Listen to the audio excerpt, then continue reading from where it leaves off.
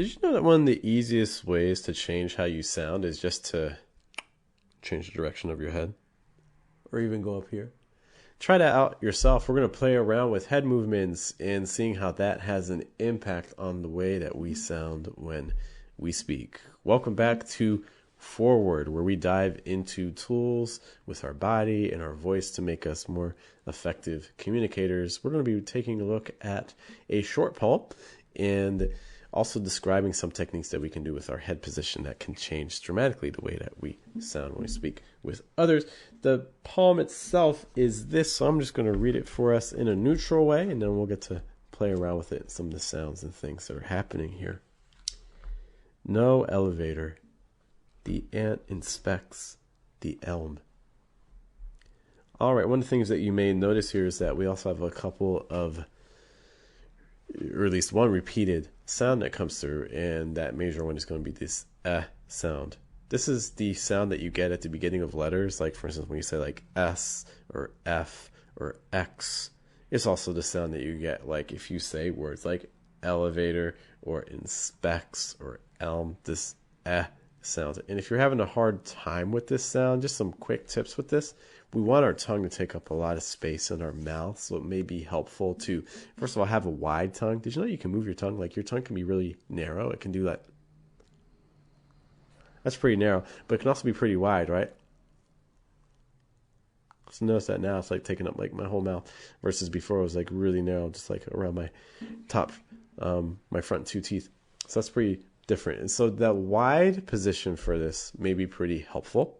Okay, so it's almost like you feel your tongue on your side teeth, okay, around your molars.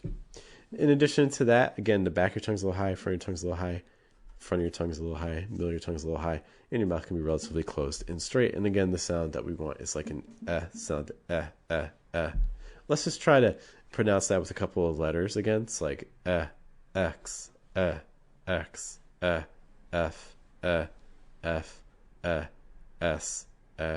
S, M, M. And then words from our actual poems, like if you could do this progression with me, L, elevator.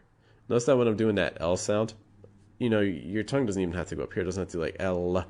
You could actually just keep it against the bottom of your mouth if you want, like L, elevator. A similar word to that too would be the word elm, type of tree at the bottom. It's like elm, elm, and also the word inspects, inspects, inspects. So a couple of practice words there for that. Let's talk about head position here. So one of the things I'd like you to do is let's just do this sound. And let's just kind of start off by just keeping our head at a neutral position and kind of raising it. And I want you to pay attention to how different that feels in your throat area and through your body. See if you can hear how that sound changes. It may be good even to record yourself so you can see that difference as well. So let's do it. Again, starting neutral and just saying over and over again while raising our head. So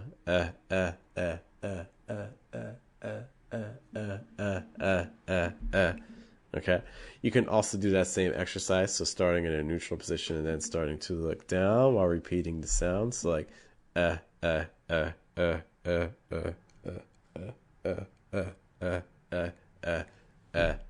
you can hear again. You can probably feel that difference. I know I did just by changing the position. You don't even have to change anything in your mouth area to get a different sound.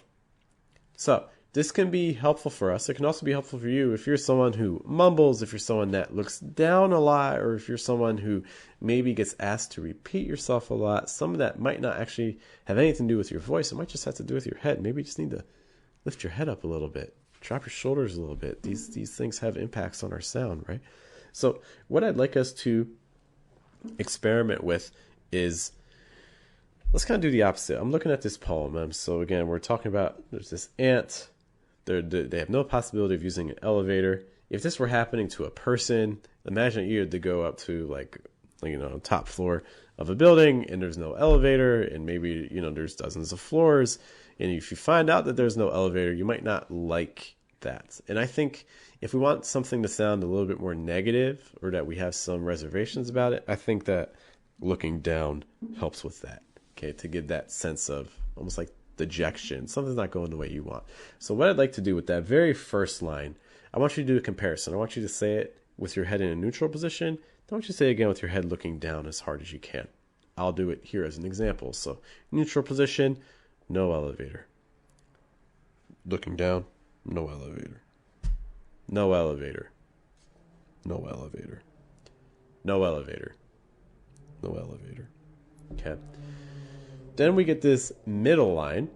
So we just found out that there's no elevator. So what does our friend the ant do? So now the ant's looking for what are the other options. If there's no elevator, what can we do? So we get this kind of neutral situation.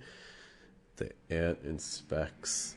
You know, this might be a good place to kind of take a look left and right. The ant inspects. The ant inspects. And then our last line, we've come to the realization that the only way to go is up. Nothing else can save us. We're going to have to take the stairs or something like that.